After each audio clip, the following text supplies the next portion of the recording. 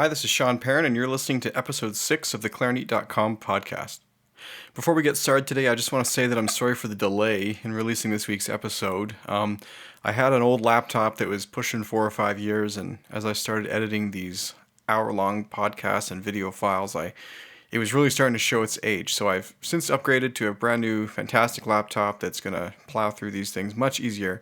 So it's going to make the day-to-day working on the podcast behind the scenes quicker, but unfortunately we had a couple days without a computer at all here, so it's a little hard to upload a podcast without one. So thanks for your patience, and I'm looking forward to continuing on the regular Monday schedule, starting this coming Monday actually with an interview with Catherine Ladano.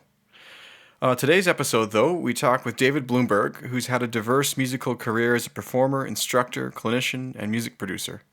He's also an artist for Backun Musical Services and Didario Woodwinds.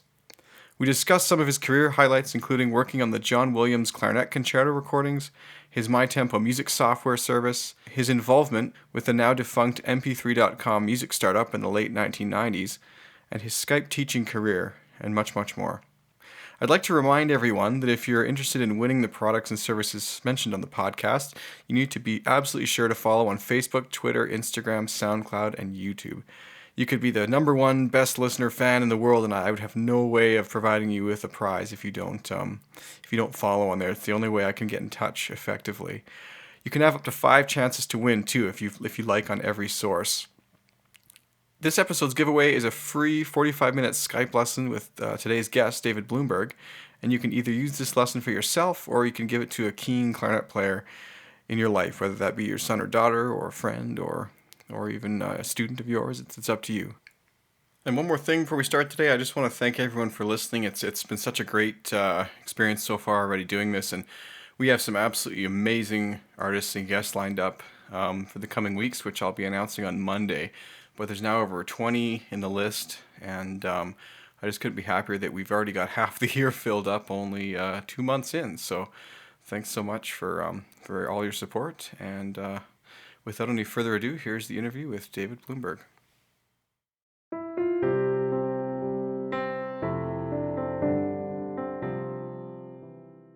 Hi, David, and welcome to the Clarinet.com podcast. Thanks for taking the time to talk with me today.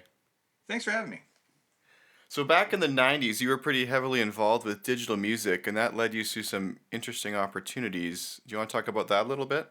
Sure. I started out, I was having an accompaniment service where I would do custom tempo. It was called mytempo, custom accompaniments for clarinet and piano. So if somebody wanted, say, Weber First Clarinet Concerto, and they wanted a practice tempo, it was kind of a competitor to Music Minus One. I wasn't happy with the Music Minus One stuff at the time, and I wanted to give an alternative. And there were a lot of pieces that people wanted to play with accompaniment that just didn't exist. So they wanted, and there was definitely demand for it. So I would take a piece and I would arrange it, and typically it would be MIDI, and then I would produce it, give it a good sound and realistic interpretation as much as I could back then. And I got a lot of customers from that.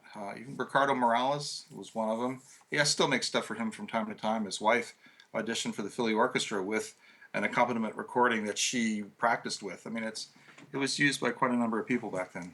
Wow, that's actually really interesting. Sorry to interrupt. Sure. Next week coming up here, I'm having someone from the Royal Conservatory in Canada here. And what they have is they have all their books out now with accompaniment. But one of the things I'm going to ask them when I talk to them is, well, how could we make this a little more modernized? Like, we can't expect a kid to just start practicing at full speed. And some of the performance discretion has to be around picking your own tempo. Like, where do you feel really comfortable playing this at, you know? Sure. So is this something that service does or did? I mean, you can take a recording, or does it have to be MIDI? Well, no, it did at that time. At that time, it had to be MIDI to adjust the tempo. Now there's a program called the Amazing Slowdowner, which you can do anytime. And even Windows Media has in the player where you can slow down a track. So you Yeah. but the Amazing Slowdowner, though, you can change the pitch also in cents. And that's good also, either cents or half steps. So you can, play the Mozart concerto with an orchestral accompaniment on B-flat clarinet, which you really shouldn't do, but somebody does. So anyway, saying about the digital music, so I was releasing the recordings, And there was a website that was kind of popular. It was an MP3 website. And I said, I'm going to put my tracks on that. So I started uploading my accompaniment tracks for sale on that website.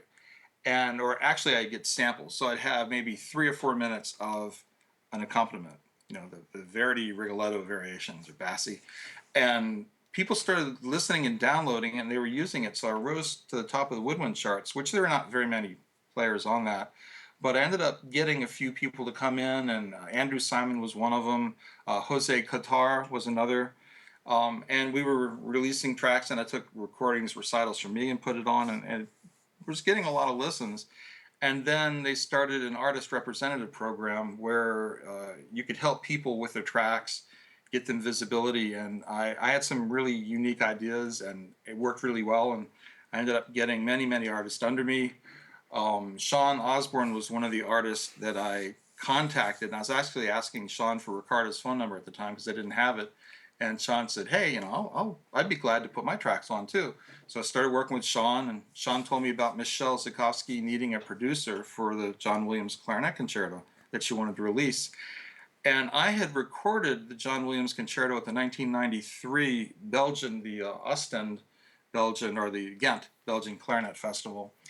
And my recording that I got, and I sent it to her, sounded better than the audio engineer at the festival. So she knew that I could do good work and was glad to take me as the producer. And that was the beginning of that. Wow. So you actually the startup sort of idea led you to some pretty huge audiences then, as far as getting the word out there about what you're doing. Yeah, absolutely, absolutely. The artists that I ended up working with, I had several hundred groups underneath me when I was working with the MP3 website, and I was getting a cut of their. It was, a percentage of what they would make, and it didn't cost them anything. It was above what they made that the website was giving out because they were paying to the artist $1 million a month. And it was from an advertising revenue, and they would split it among 200,000 artists, but based on listens. So if you got most of the listens, you're making most of the money. So the groups that I worked with, the total, they're making 85,000 a month, doing really well. Wow. It's so amazing though that this idea has existed back then, because now we have Spotify and there was RDO and Google Music and all this stuff, but they seem to really be paying out small dividends. Yes. And that happened with MP3, the website. It ended up getting bought by Universal Vivendi, and then eventually CNET bought it and turned it just into an informational website. But when Universal bought it, it went down from 7 cents per download listen to 3 cents, and then it ended up being like a tenth of a penny at the very end of it. And now it's way worse than that. I mean, you get a listen on, say, YouTube, and you get 10,000 listens, and maybe you made 4 cents. So there's not much money in it. Well, it's funny because I'm actually looking into. I just recorded my first CD a while ago, and we're now looking into releasing it and all that kind of stuff. Sure. And it's funny because I always wanted to record a CD, and I kind of missed the CD age in a way. Um, and now I've kind of missed the iTunes age, and now it's like, man, what is this going to make on Spotify? Like, I'm only going to be able to buy a cup of coffee. Like, it's. Well, the thing is, you haven't missed the iTunes age. The promotion for iTunes is much more difficult. I do well on iTunes. I still do well on iTunes. The John Williams Clarinet Concerto has always been a top 20 clarinet. Where if you search Clarinet Concerto and go to albums, it's always in the top 20. I have two different concerto albums that are both in the top 30. So it still gets a lot of sales, and way, way more than Michelle ever made with the hard copy of the CDs. Much, much more she's made with iTunes. Well, iTunes is so great. I mean, you can just go on there and click, and all of a sudden you have this great music, and it's even a great teaching tool. Absolutely. What was it like working with Michelle, and John Williams was conducting that recording, correct? John Williams conducted the recording. The recording's from the early 1990s, Hmm. and the piece has not been performed maybe 4 times total. I mean, not a lot of times it's been performed. So the recording was made from their engineer way back in the early 90s. So I had to do a lot of work to get it so that the audio levels were right so you could hear soft passages that louder passages wouldn't overmodulate. There was sound reduction that was used that was bad. So it was definitely a work in progress. With the two albums, one has a sunrise cover, the other one is a dark blue. And if you listen to both of them, and by the way, the dark blue has the Curliano Clarinet Concerto, the West Coast premiere of that is Hmm. on that. But the audio quality on the Williams Concerto is much lower than I would want, but it was what it was, and it's still sold because people wanted to hear the piece. But it wasn't something you go, oh, this is fantastic. On that same album, the Bartok Contrasts is a really good quality. So you can hear that, you hear the work that I've done Hmm. quality wise. The Williams Concerto is just like basically remastering something that was dead. Okay. So they remastered that in 2010 then. That's when Well, I that was. remastered it in 2000. Yeah, originally it was 2001 or 2, Hmm. and then 2010 was the Sunrise cover. And that was pretty good. I mean, people that panned it before were like, "Oh, it's pretty good now." Okay, so you mastered it then, or did you produce I the recording? what I did was I remastered it. So the recording I got was the completed recording, and then I had to do audio, with programs and listening, because it's not only the tools that you have, but the ear behind that. I've worked the principal clarinetist for one of the major orchestras in England right now. I'm working with. And remastering some of the recordings that he did that he didn't like, and he's like, "Dave, can you do anything with this?" And I tweaked it, and he got it back. He's like, "Oh, this is fantastic." So, yeah, it can be done. Okay, so it's such a compelling piece, but it's only had a handful of performances, as you say, and it's been I, recorded twice then? no, it's well, actually, there are two different recordings with two different orchestras, but specifically, there's one that Michelle is like, "This is the one to use," so I use it. But that's so different from other pieces, even from more contemporary composers. Is there a reason that this one stayed unpublished and been so carefully? John didn't like the piece when he first heard it. He didn't like it, and actually, after I remastered it, and his management wanted the recording, so I sent it to him, and he liked it a lot more. So there's still a possibility for that piece to get revived. At first, he didn't like the piece. Michelle said he kind of considered it to be a stinker. Hmm. Personally, I love the piece. In terms of his concerti, it's different from a lot of Williams' concerto in that it's not about trees. Literally, a lot of his concerti have to do with trees.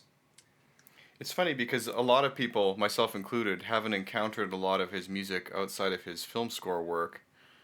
Um, and it's too bad. I'd like to see more of it. He does. He writes his concerti when he's on breaks Hmm. from doing film scores. So when it's low season, he'll write a concerti, and he's done many: bassoon, cello, French horn.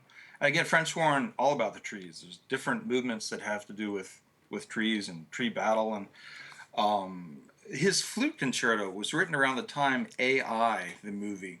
And if you remember the music from that, it was really strange. And his flute concerto is really strange. You can't walk away humming really any part of the flute concerto. And at the end of the piece, you're not quite sure it's done.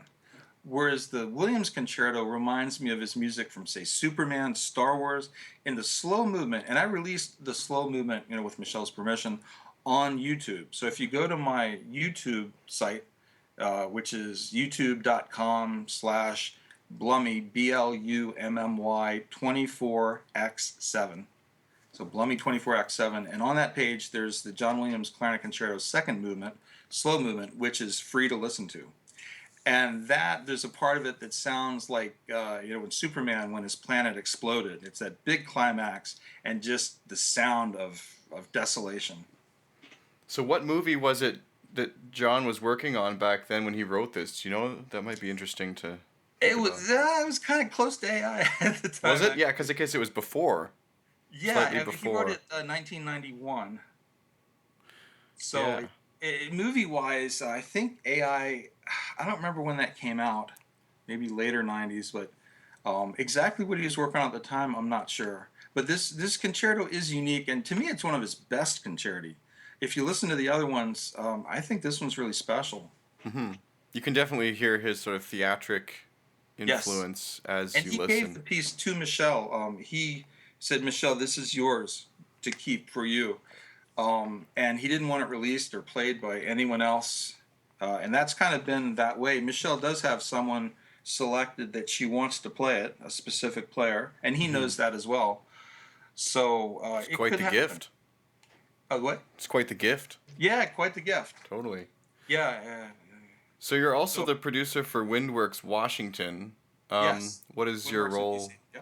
there? What does it pertain? And that was funny. I kind of ended up coming into that just because I had brought some equipment and recorded the inaugural concert, as well as recorded with video the rehearsals, because I wanted to make, if possible, or set it up so that there'd be a documentary about this historic group. Hmm. Awesome concept. It's taking the top players in the Army, Navy, Air Force, and Marine band and combining them for like a super band, basically, with a few invited guests. I'm one of the few invited guests. I'd auditioned for the Navy band back in the late 80s and had a really, really high score, and they remembered me. So um, I was invited to play in the group, but they also have National Symphony members in the group. So I brought my equipment, and the Navy band audio engineer also brought his equipment, and we both recorded it. And at the end, my recording ended up sounding better. So I made, uploaded it and put it together. So it was a very successful concert. And are they still active? What's going on right now is they're looking for funding to get solidly funded, because that group is very expensive to run, be it the rehearsal hall, getting the staff for it. We're using Arnold Gabriel's concert concert hall manager for it. And to get everybody's schedules lined up so that they're not working or on tour, etc. So we're still in the planning stage of doing something regular, and that includes getting funded by a major source. It sounds like they're flying people in from all over too. Can't be Some people cheap. were flown. Not a lot of people were No? flown, but no, Oh, not a okay. lot of people. Mostly, I mean, players that are in the groups that are local because they're in the Army, Navy, Air Force, Marine band. So you don't have to in DC. You don't have to travel far for excellence Yeah. for a So band. your career is focused a lot on digital online kind of endeavors. So you're now an active teacher on Skype, which is a new frontier for lessons in a way. What do you have to say about that? It's been popular? How does it It's work? new. I've been doing Skype since maybe 2 years now, 2.5 years now. As well as I have a very full and popular teaching, just in person studio. I've Hmm. always had a lot of students and been very busy with teaching on my studio. But what happens with Skype is I can teach students in different time zones. I can teach a student in San Diego at 10 o'clock at night or 11 o'clock at night, which, 7 or 8 for them, not a problem. I can teach a student in Korea at 10 in the morning. For him, it's the timing where, or 10 in the evening, more like, in the summer, it's 11 for them. So whatever the time zone is, I can teach in off times that typically students are in school or they're in college, not available. So it opens up avenues, and it also gives students a chance to work with me that would not be able to otherwise, unless they took a flight and came in and took a lesson, or studied with the Philadelphia Music Festival in the summer. Totally, and that's what I think so fantastic about the idea of Skype lessons is it's really you could, if you wanted to, study with someone who's on the other side of the earth, you know? Sure, sure. One of the things with Skype that you really have to be good at, you have to have a really, really good ear, because if you don't, there's the whole issue. If you can't name the notes that the student's playing, you don't really want to say, "Well, I heard a wrong note about the second measure. It was one of those run, somewhere in the run." You want to be able to say, "Ah, it's a D sharp," and right away they pick it up.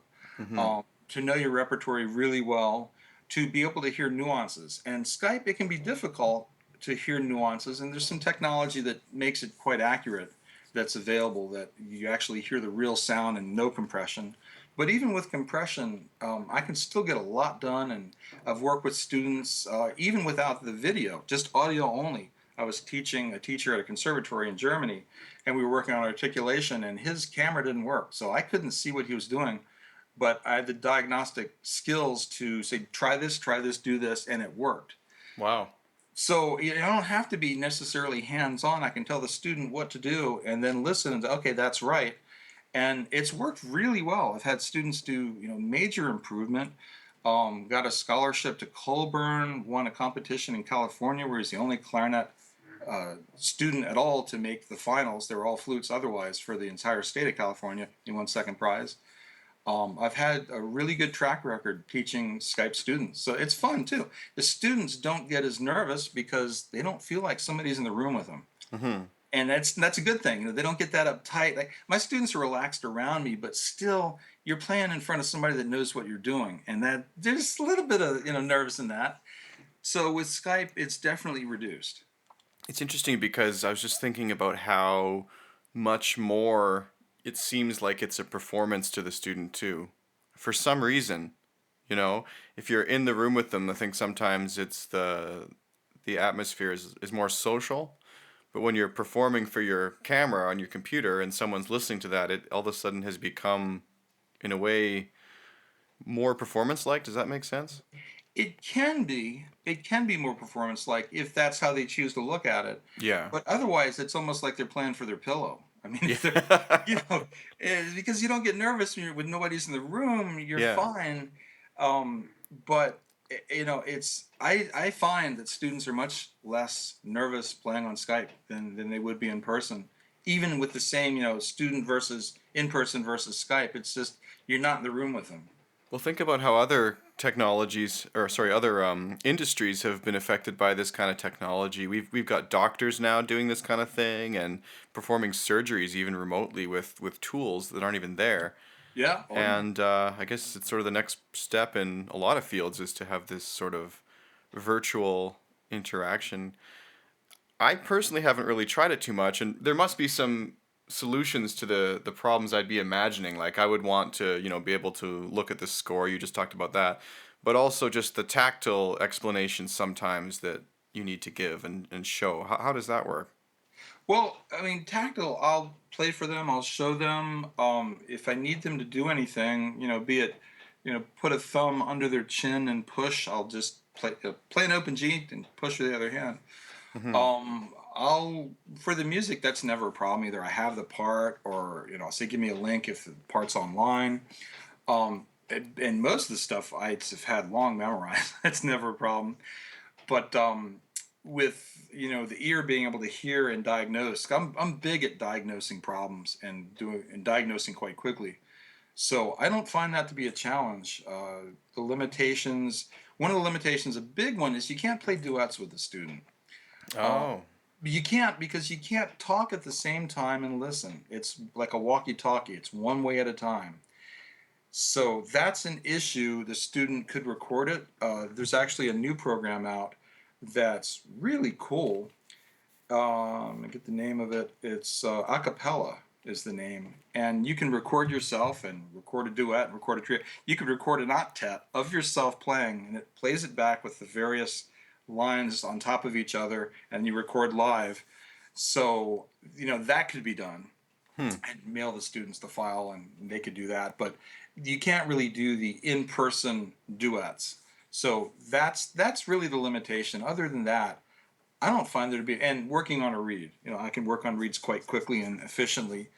Uh, so except for that, it's a really good way. And for a student that's, say, taking on audition and getting that final touch, that's where it's the most valuable. I don't recommend it for beginning students. I wouldn't want to have a beginner because there's just too many different dynamics to deal with. And there's the constant stop, fix, stop, fix. Whereas a performer that's at a high level, you can tweak it and not have to constantly stop. Yeah. So I guess you also couldn't really do any repairs on their instrument, but surely it's something that with a more advancing student you could explain to them what to kind of look for and check out. So Oh, easily. And even with, if there's an issue with the instrument, I could still diagnose what the problem is. I just tell them, do this, try this, and they would find it. hmm. Might take a little longer than I would, but it could be done. Well, I can see the point about beginners too, because so many times, like they really have no idea what they're doing, and that's the point. So at that point, at that stage, it's probably a lot harder. But yeah, that's interesting. It's something I should explore. And And you also want to. I did an interview for the NAFME, the National Association for Music Education. That's the big 50,000 subscriber magazine that does the national band. 'Cause I had a student in the first section of national band, and they did an interview with me about teaching and starting beginners. So that was last October, year ago, October magazine, and it was about starting beginners, and I kind of described what I do, and you really need to be in person because, for one thing, the reed and the instrument itself, you want to make sure that the instrument's working okay, and a beginner just can't possibly know that. Same for the reed. If the reed's way too soft, then they're just going to use less pressure and end up having a bad sound. But it's better to diagnose or be able to try the instrument in person. Mm-hmm. So along those same lines, which books do you like to use then with students who might be, and this is kind of an odd question that just came to me, but Sure. if you have a student, let's say you said someone in Korea, and then you're used to using a certain book that maybe is only available in the States, like some sort of method, how do you rectify that situation? Well, what ends up happening with Korea is they use the Royal Conservatory method. So they're trying to pass level 8, that kind of thing. I'm working with them with the book that they're using, and for me, it's not always what they play, but how they play. Yeah. Because whatever you come in with whatever, preferably not a pop tune, but come in with whatever, and I'll work the musicality, the technique, voicing properly. So if they're working from the Royal Conservatory, I teach actually with one of the heads, Nicholas Cox, at the Agyate Festival. He's the head of the Manchester. He's dean of the Manchester Royal Conservatory. So that Royal Conservatory method, a lot of the overseas, including Korea, use that method. I do like using the Galper method, be it the Tone Technique and Staccato book, his Scales book, his book 1 and book 2 for the beginners. Great, great books. But again, I try to get the students to get what I have, or I'll send them a link where to order it, and they'll Mm-hmm. order it. But I'm very flexible in working with what they need to work on. If it's an advanced student, somebody taking orchestra auditions, again, they've got the repertory list that they need to work on.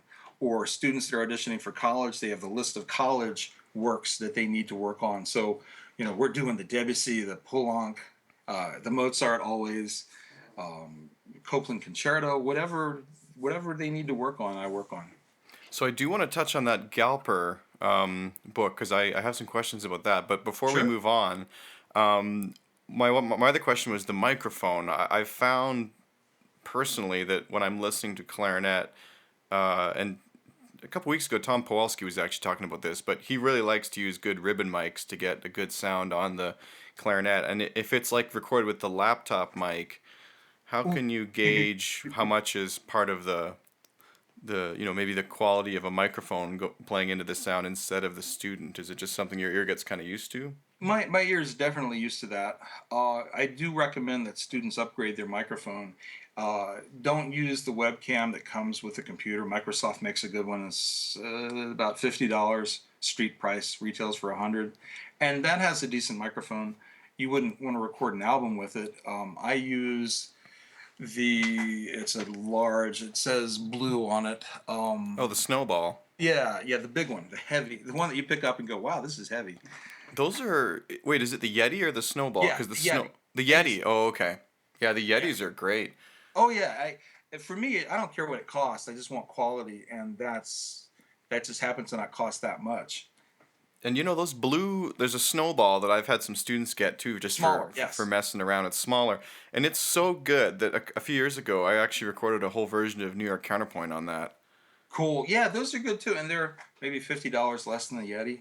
Oh yeah, you can get one for $50 on sale. It's Oh, great. okay. I've seen them for like 100, but the Yeti's around 200.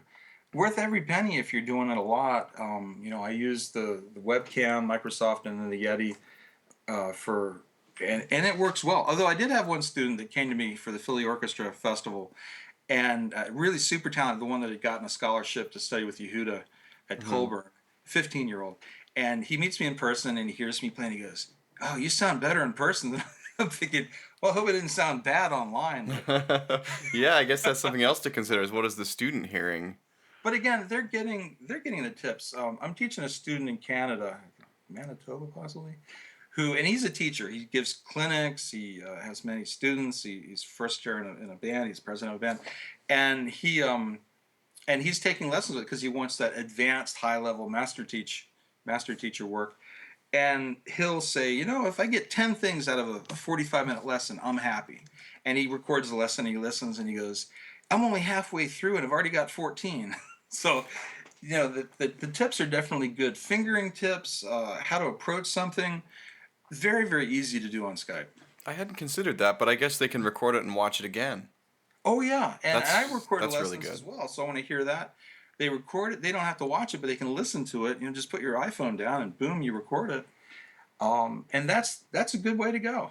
Well, that's one of the nice things I'm liking, not to toot my own horn here, but about the about this podcast, and I've had my students listening to it because it's just something. Why would you not, as a person studying clarinet, why would you not want to hear what these people have to say? Well, definitely to get information about just the genre of the career, personal stories of the artists. You get tips.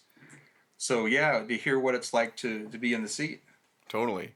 So let's go back to Galper for a second here because that's Sure. rather interesting to me for three reasons. In Canada, the Royal Conservatory method has always focused on having, it's kind of like the radio up here. We have to have some Canadian content. Okay. And Galper actually is from Edmonton, which is just a couple hours north of Calgary. So everyone uses that book or has used that book at some point as kind of just like a staple. Sure. But it says you worked with him in your biography a little bit. Yes. Did you? I helped him write his scales book. I was a reviewer for him. It originally started. We were on a clarinet news group and chatting, and he writes me and he goes, "Dave, would you review this book for me?" And I reviewed it, and he loved it. And then we became really good friends. I ended up being the distributor of his octave, his register key, and register tube that he sold for buffet B-flat clarinets. And that was pretty popular for a while. It kind of died down eventually after he passed away. It was discontinued. But I helped edit his books, and we remained good friends until he passed away. In the books, I think he has at least five. There's the book one, book two, the scales, and then there was like another version of book one and book two that he called beginner and intermediate advanced. Yeah, beginner. The second It's time Clarinet around. for Beginners, it was called. Yeah, maybe that's what it is. Because there's. Clarinet for Beginners. And there's also two scales books. Oh, is there? Okay. Well, the upbeat Barrowman would be the other scale. I wrote the preface for that. Okay. And when Mel Bay took it over, they kind of took my name out of the whole thing and just it refers to me, but it doesn't say by. It's by Abe, but refers to me in that. Mm-hmm. But his books and the older versions, the Boozy and Hawkes Clarinet for Beginners book, I didn't really like. The clarinet method books I love. They're great. The order is good. The pieces are better. But the one that were published by Boozy and Hawkes, the older version, I didn't like that much. And is that the one that has those little clarinet mechanic things on every page?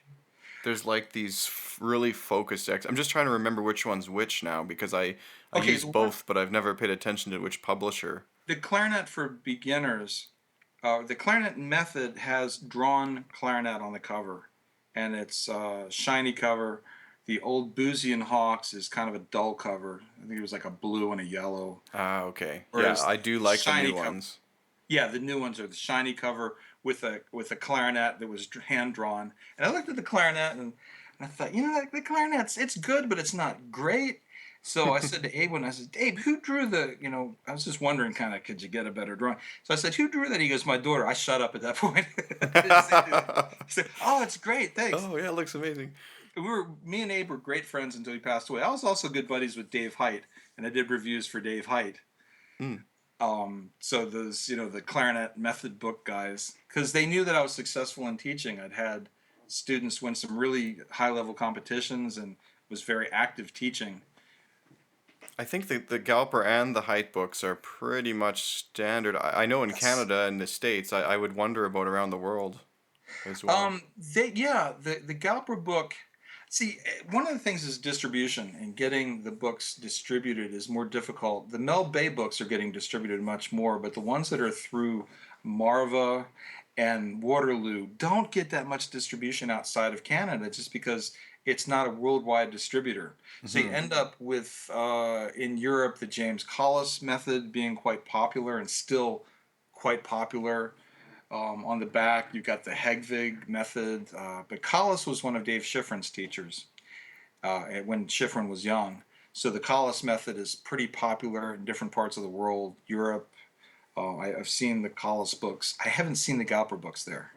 So about Galper's method, then, my only, I'm not sure if it'd be a criticism or just sort of a something Mhm. that I sort of change when I teach from that book.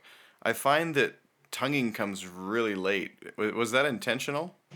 It was intentional. He wants a really good legato and low note Hmm. technique done first. That's why he stays in the low notes quite a while. It's almost the end of the first book that we get to like actual tonguing. It's Yeah, interesting. yeah, he does take a while to do that.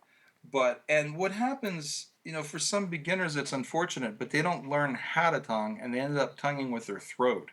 Hmm. And I have students that come to me that just didn't know. Their director didn't ever caught it, and they're guh guh guh. A student even one time said, and I still remember this was in the '90s. He said, "My director says I can't tongue." I said, "What do you mean you can't?" No, he tried to work with me, and then the guy had played clarinet. Yeah, I can't tongue, so he tongued with his throat. 15 minutes later, he's tonguing correctly. It didn't take that much effort to get it done right. It's a question of doing it correctly. It's always so sad when that happens because I don't know what it's like in the States, but I think band programs are fantastic, but unfortunately, there's so little individual attention. And something like tonguing, if you can speak, you can do it. It's Sure, absolutely. there's no one who really can't tongue, but so many kids struggle with it so much. Is it like that down there? The other problem is the training is not that good. The directors don't have good training in how to play the instrument. You get clarinet players that are teaching clarinet students, and that can work usually quite well. But you get a trumpet player, a percussion player, a flute player. They just don't know enough to really get the good details down. And some of them have been doing it 20, 30 years, and they still didn't learn how to Yeah, teach properly. I can't imagine though to be in that situation with all those different instruments. It must be really challenging. There's got to be a way to sort of have more professional development out there to allow them to expand that kind of knowledge. Well, I mean, the best way, and this keeps me in business, is for the directors to actively encourage private lessons. Send the Hmm. kids out. Say, look, you're getting this, but you really need, because one of the things with the band program is they're playing the same piece for months on end. They have maybe 5 or 6 pieces for months on end. They're not getting new repertory, so their sight reading skills are not growing. They're getting bored because they just played their 3 minute piece 20 times and they're sick of it. So they don't have the motivation to practice because they sort of know their piece and they're not improving that way. So I tell the directors, look, you need to get your kids in private lessons to keep their development growing. And the kids in the private lessons are the ones that don't quit. Yeah, totally. And the private lessons help, just like you say. I find so often you go to schools and it's not really a fault of the teacher. They want their repertoire worked on and they don't have a method book for the kids to maybe go through, but a lot of the kids' practice time at home is just playing through their band pieces. And I mean, once you know your band piece, you're not going to get better as a player by playing it for 40 minutes straight, you know? Sure. You've got to kind of reach out and find some new material to work on, and lessons help them find that. Yeah, absolutely. And one of the other issues is that the director's time is being cut so short with cuts to the programs. Where, the old days, the good days, you'd have directors that had, an hour a day, 5 days a week, and they could get a really good band program. And now it's a rotational schedule. You're getting 45 minutes or an hour on day two and maybe four, and that's it, if at best. The directors' salaries are getting cut because they're cutting back. They're having them do more. They're getting rid of employees sooner, making them retire so that they can thin out the staff and just overwork the directors. So they're spread quite thin these days. Yeah, everywhere. And with the economic downturn, it's only gotten worse. So, And the unfortunate thing about that is that music is one of those brain skills that is really good for the students to do that you don't get in any other subject. And kind of one of the points of learning in school is to get the brain more elastic and the ability to learn at a higher level. it's not necessarily the data that you learn, because a lot of it you'll forget, but that skill set of being able to learn quicker and more efficiently. And music does that really well. And it's a shame to cut that as well. It sounds nice and the kids are entertained, but it doesn't really do anything. And that's the short-sightedness of administration. Daryl Caswell, I don't know if you know who that is. He invented a reed knife, and he was on last week, and he was saying exactly what you just said. He was like, there are so many skills that you can't get in any other subject than music. Empathy is built, listening, all these things, and really, music should be the last thing to be cut. Exactly. But it's often the first, sadly. Yep. So sometimes you go and teach master classes to students as opposed to online or having them come to you. Yes. There's a summer program you do. Is that with the Philadelphia Yeah, it's Orchestra? the Philadelphia International Music Festival, and it's PIMF.org, Philadelphia International Music Festival. There's maybe 54 staff members that teach, of which 50 are Philadelphia Orchestra principal, associate principal players. I teach with Ricardo Morales, Sam Caviezel, and G. Lee. Uh, Ricardo's the one that hired me. He wanted me to come because he, knows my skill set and likes my teaching a lot. So brought me on board, and we get students from all over the world. It's a really great music festival. I've had students as far as Thailand. There's master classes that we give at the festival, as well as I travel. I'll talk about that in a little bit. But the festival itself has 7 orchestras. They have a college program that's called Music House. I think that's you just look it up from pimf.org because there's a link for the college part. But any age, you can be 40. And I had a student 35 from South America who was a professional player, very good, that was there. A student from Israel who was subbing with the Cleveland Orchestra. She was one of my students that was there. This past year, I had a winner of the concerto competition. Year before, I had a winner and 3 out of the 6 finalists. And everyone studies with Philadelphia Orchestra members at the festival. But I ended up having 3 out of the 6 finalists that were my students at the festival. So it's a very good clarinet group there. And then with traveling, I also teach at the Aguite International Clarinet Festival, which is held at the Grand Island of Canary in Spain. It's a Spanish Canary island located off the coast of Morocco. And gorgeous, unbelievably gorgeous setting there. One of those, you can take a vacation there, and it's affordable too. The hotel was like $95 a day for a 4-star resort. I Wow. rented a BMW at $200 for the week, and it was a stick BMW that was new, had 500 miles on it. So nice stuff there, and the faculty is amazing. Me, Radovan Cavalli. There's also Nicholas Cox from the Royal Conservatory, a big recording artist. It's there also. So this is really good faculty for clarinet, and we had about 50 students. This was the first year, this past year. Next year it'll be even bigger. So I travel. I went to the Netherlands and taught. I gave lessons at the Utrecht. Gave lessons at the Rotterdam, the Amsterdam Conservatory, and then one of my students, Skype students, is one of the faculty, clarinet faculty. He teaches the teachers at the Cologne Conservatory. So I went to Cologne and taught there as well. So awesome trip. Sounds like it, yeah. And working with students that are just fantastic players and hard workers. I gave an impromptu lesson for a student that was having trouble doing specific with pitch, and worked with her, and in a half hour her problem was fixed. And she says, yeah, and she's a master's student too. Getting her second master's in clarinet, there you can get 2 masters, which I don't get, but that's what they do. Getting her second master's in clarinet performance. She had her first master's in the States. And she said, in a half hour, she learned more from me than she learned all semester so far. And the funny part, this was on Facebook, and her teacher clicked like. I'm like, oh, geez, that can't be too politically good. So one more thing I just realized I forgot to address here earlier. You're partnered with some companies, I think Silverstein and Backun. Yeah. I'm an artist for Backun. I love their clarinets. They're the MOBA is what I play. MOBA Cocobolo and MOBA Grenadilla. I was introduced through Ricardo Morales, and I was playing Buffet Prestige for 30 years and loved it. Never thought I'd change instruments. Wasn't looking for a different instrument. But the sound that I was able to get with the Backun clarinet, I like a very smooth, liquid, full, dark, but not overly dark. I mean, I want it to project. And I get that with the Backun clarinet. So that, I'm an artist for Backun. I play the Silverstein Maestro ligature, which is custom made for me. I was the sixth one ever made. I also, and I do use also the BG ligature. I'm an artist for BG. I did the editing for their catalog, their United States distributor catalog. So the stores, when they get the catalog, I made it basically from French English to straight English. They wanted me to sort of transcribe it so that it was legible and made sense in English syntax. So I did that for BG. And then I've been an artist for the RICO, well, it's the Grand Concert originally, since 1993 in Belgium. I was signed to, because I had a student win the ICA competition, a high school student, for the senior competition back in 92, 17-year-old.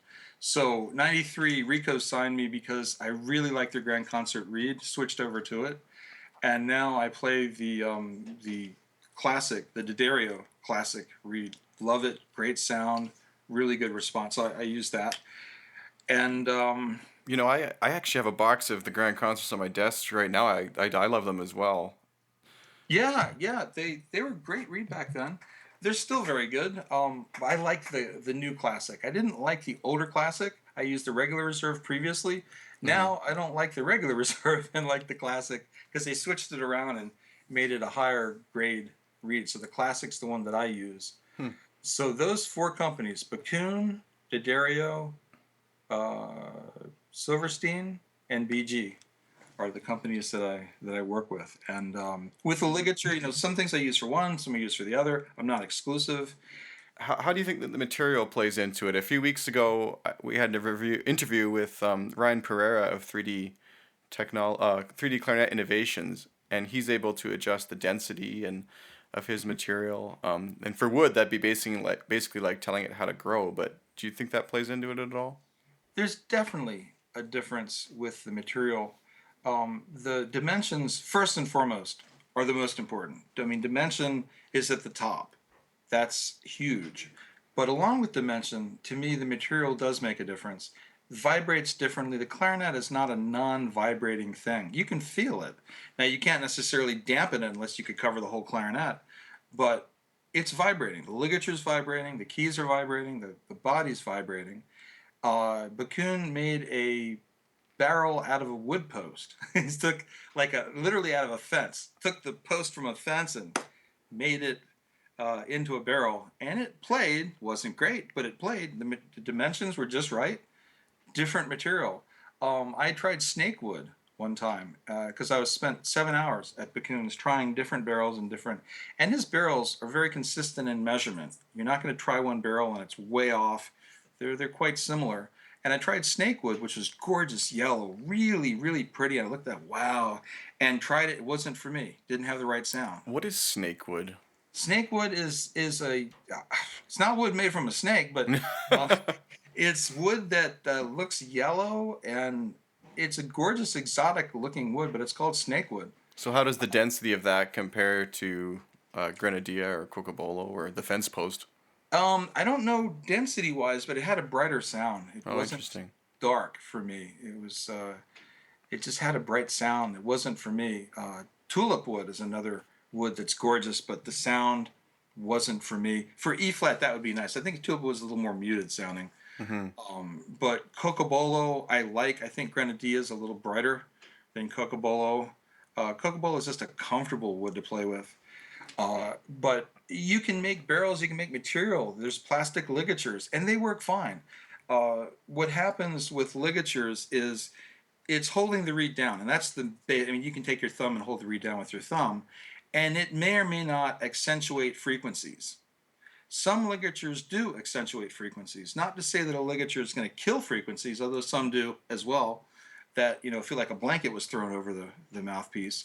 But some are for response, some are for sound, and they're both important because if you're feeling good about what you're doing, if you're comfortable, then you're going to be a little more expressive. You're going to Mm-hmm. want to play the thing more.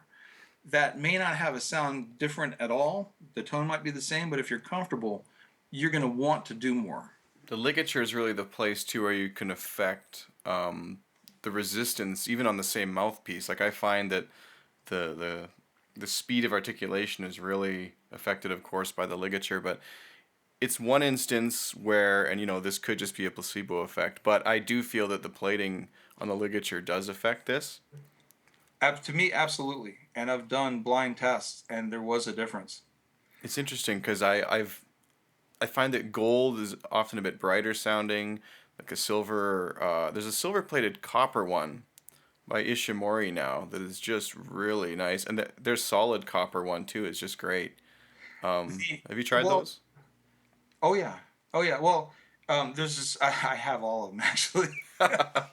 Literally, I have because Yeah. yeah, I have a lot of ligatures, and I've got all the Ishimori. Well, I've got Sounds like you're opening a drawer there. yeah, They're all yeah, right there. yeah. No, I've got the solid silver. I've got the solid silver gold plated, the rose gold plated, and of the Ishimori, I find that to be the best one of that ligature. But there's also the copper gold plated, which a lot of players play. It's the more affordable one, and they all just vary. And I have students. Let's say try this, and they're just dealing with material. There's no difference in dimension. It's the same ligature, different material, and there's a huge difference. Like, wow. Same for the Silverstein. Some are made differently, and they do play differently. Some more harmonics, some less. You could try a Leuben ligature. It's plastic. It still works. Some people like just a straight up regular one that comes with a clarinet. That's fine. But to me, some ligatures make a bigger difference in accentuating certain components of the player. Sometimes there's not as big of a difference as sound as there in with feel. But again, if the feel works for you, it doesn't have to be the most expensive one. It could be a cheap one that feels really good and sounds really good, and you go with that one. Yeah, whatever you're used to. But yeah, and the same. I mean, same for mouthpieces. Same for equipment. Some equipment works better with one player than another player, and they find their voice on whatever works for them. So this week, you've been very generous with the giveaway on the podcast here. You're gonna offer one Skype lesson to a listener. Was that? I think we said that was a 30-minute lesson, correct? 45 minutes. Oh, 45. Great. Yeah, I don't get much done in 30 minutes. All right. So they can be anywhere in the world, and if you're interested in winning that, all you have to do is make sure to subscribe on the Facebook page and other forms of social media, and we'll pick a winner randomly from that. And of course, we don't have to send that to you, but what you do have to be willing to do is have a Skype account so that you can go in and talk with Mr. Bloomberg, and of Yes. course, you have to be able to play as well. And it can be, if it's your cousin or whatever. I mean, if you win it, then you get to name who gets the prize. So it's just as long as there's a student in front of me, I'm good with it. Great. So, if people are interested in learning more about you and your services and products and things that you've worked with and done, where can they find you online? My website is mytempo music, mytempo music.com. And that's got links to everything. It's got links to my YouTube page, to Amazon, Sony Online, the recordings that I've done, because I've produced many recordings for Michel Zukovsky, for Jose Qatar, and also Dusan Soja. They're in Slovenia. I've worked with the Getty Foundation, the Gordon Getty, the multi-billionaire in California, worked with his foundation. Um, so mytempomusic.com. It used to be mytempo, and some search engines might show mytempo.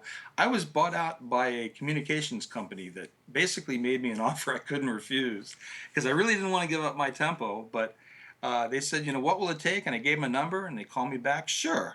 Wow. So I just added music to mytempo, and $12 later, I got the I got the site. That works. I lost a little bit of search visibility from it, so don't get me wrong on that, but Yeah, it was worth it. it's interesting. So, yeah, it's just such a digital career. That's fascinating. It's a product of the modern era. I do, yeah. I mean, I learned everything myself, be it the audio engineering and the digital and the promotion. I like to work. I'm one of those personalities that I enjoy being busy. I don't work because I have to. I work because I want to. So thanks so much for coming on the podcast today, David. Is there anything else you'd like to share?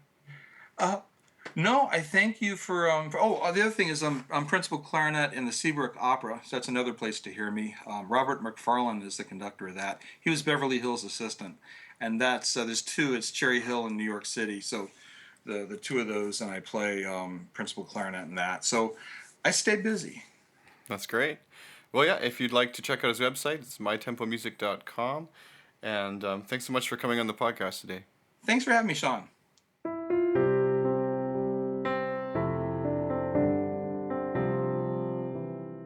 If you're interested in winning product and services mentioned on the Clarinet.com podcast, be sure to follow us on Facebook, Instagram, Twitter, SoundCloud, and YouTube. If you have any questions or feedback, please submit them to feedback@clarinet.com. That's feedback@clarinet.com. If you find that you're enjoying the podcast, you can support it by following and interacting on social media sites. You can subscribe and leave reviews on iTunes or wherever you happen to listen. You can discuss and share content in your own blog, social media, or podcast with your friends, colleagues, students, and family. Or you can support it directly by making a donation or purchasing your new and neat clarinet products from the Clarinet.com online store at clarinet.com/store. Thanks for listening, and I'll see you on Monday.